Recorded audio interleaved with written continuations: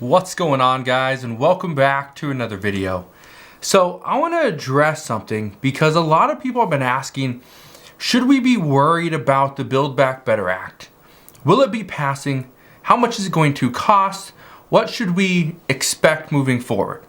Now, normally on Sundays, I try to give you more of a daily update, especially Sunday evenings. However, today I want to just dive into the Democrats' plan to pass the Build Back Better Act and give you more of a stimulus update as to what we are currently hearing today. First off, the Build Back Better Act is actually going to cost the American taxpayers about $3 trillion, not 1.75 that was originally promised. That is at least according to the Congressional Budget Office, if and only if every single one of these provisions gets extended for the full 10 years. One of the biggest things that is actually making this much more expensive is it's going to cost about $1.6 trillion just to have the child tax credit payments included into this bill. However, even though I think these are really good, these child tax credit payments, it's an increase from the $2,000 per year child tax credits, but this is a payment advance that we are seeing. So, the expectation is maybe we don't see a $3,000 or $3,600 per year child tax credit payment, but maybe we see something along the lines of $2,000 to maybe $2,300, $2,000, $2,500, somewhere around there of a child tax credit payment advance. Now, the reason why I want to bring this up is because right now, Republicans are urging Democrats to take this entire bill and go back to the House of Representatives and keep working on it. And these are mostly Republicans in the Senate. And they are saying this is really being pushed by Senator Lindsey Graham, but he's saying this because right now, too many moderates are coming forward and saying that this bill is full of tricks, has a lot of gimmicks. And that was a specific response to this bill. Senator Lindsey Graham said that Senator Joe Manchin told him that this bill is full of gimmicks. And Joe Manchin was the one that actually got the GOP to get the Congressional Budget Office to score the bill with the intent of keeping all the different provisions funded for a full 10 years.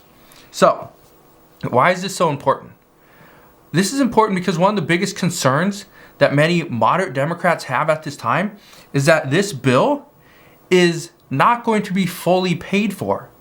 Now, many say that there are too many unknowns, and passing a bill of such size in a time of high inflation and uncertainty is not the right move. Now, whether it is or not, we could always debate that. But here is where things get a little bit interesting. Right now, first off, what does this bill mean? What happens moving forward? Well, this is where things get interesting. Many Democrats have already accepted the fact that this bill will not pass in 2021. Remember, Senate Majority Leader Chuck Schumer said that this bill is going to pass before Christmas. We'll see this pass before Christmas. That's in 13 days. Today's December 12th. Here's the other problem.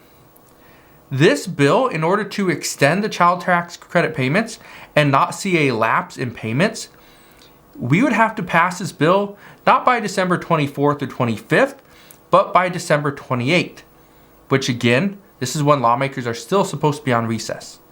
Now, here's where things get somewhat concerning. The child tax credit payments will expire at the end of this month. We know that. Meaning there's no child that's going to receive their $250 or $300 per month child tax credit payments in January. They're going to have to wait until they file their tax returns, or their parents file the tax returns. We also know that the clean energy credits, these will lapse. And the expectation right now is that moderates won't accept this bill until we see deflation. Now, here's where I really want to provide some answers. Because what happens when we have a month of deflation? And I'm not talking about we go negative. I'm talking about instead of 6.8%, we see deflation and we go to like 6.5, 6.2, 5.9, 5.5, right? We keep coming down. That would be deflation that moderates want to see. But what happens when we see 1 month of deflation? Well, nothing. Nothing happens. And the reason for nothing happening is because we need to make sure that deflation is going to be consistent. Now, here's where things, again, take a little bit of a turn. Lawmakers are predicting that the bill gets smaller in size if we see deflation. But we don't just see deflation for 1 month. We have to see it for 2, maybe 3 months, consecutive months before we decide, you know what? Yeah, we are seeing deflation. This is good. We're on the right track. But here's the problem there. When is everyone saying that this bill is going to pass? Well, not before Christmas. It will pass in 2022. Well, when in 2022? Let me give you a little bit of a timeline here. It's not going to pass in January because chances are we're going to continue to see inflation into January. Okay. Well, will it pass in February? Well, the expectation is we will see inflation in January, which means could we see deflation in February? Possibly, but let's say we don't see deflation and we see it pretty much just stable, right? It just plateaus. Great. Let's say it's 7% in January and it stays 7% in February. Okay. Well, this is where things get very interesting. Now it's February, right? So we saw inflation for December, which the CPI data report will come out in January. In January, we're going to see that report come out in February. So February, March, April, those 3 months, which those, if we see deflation in February, March, April, that means in May, we could potentially see this bill get renegotiated and passed. Well, okay. So now we're into May. Here's the problem now. If we're into May, when is the actual midterm elections? November. I think it's November 8th. So we're into May. So then we got April, May, we got June, July, August, September, October, November. 6 months. 6 months until the midterm elections. It's going to be very difficult to see this bill get passed with 6 months left to go before the midterm elections. And the reason for that is because some don't want to pass certain provisions that are going to help other parts of the country, but not their state. Others don't want to pay more in taxes, right? That's going to hurt. But then some are saying if there's not more for the American people, it's going to impact them, especially in the midterm elections. So do they support the bill or not? That's the hard part. So here's what I can tell you. When a good amount of this bill is actually being targeted at putting money into people's pockets, why would that need more time, right? Why would that be needed in a time of deflation when things are getting cheaper? And because of this, some say that the provisions in this bill will ultimately be pulled out from the current legislation. They will have to be because times will change. But again, that's where things get so interesting is if we start to see deflation, depending on the month, it could put us more of into a spiral to get out of the Build Back Better Act. And this is one of the reasons why some Republicans are saying, go back to the drawing board. Take this bill back to the House, re-vote on it, change it up, and then re-vote on it, because what is in the current Build Back Better Act is not what is ultimately going to benefit the American people and our economy. But again, we will see, because that's coming from a Republican standpoint, a Republican side. So obviously it's very partisan. But as I know more regarding that and what we are potentially going to see over the next couple of months, I promise I will fill you in on those updates as we get them.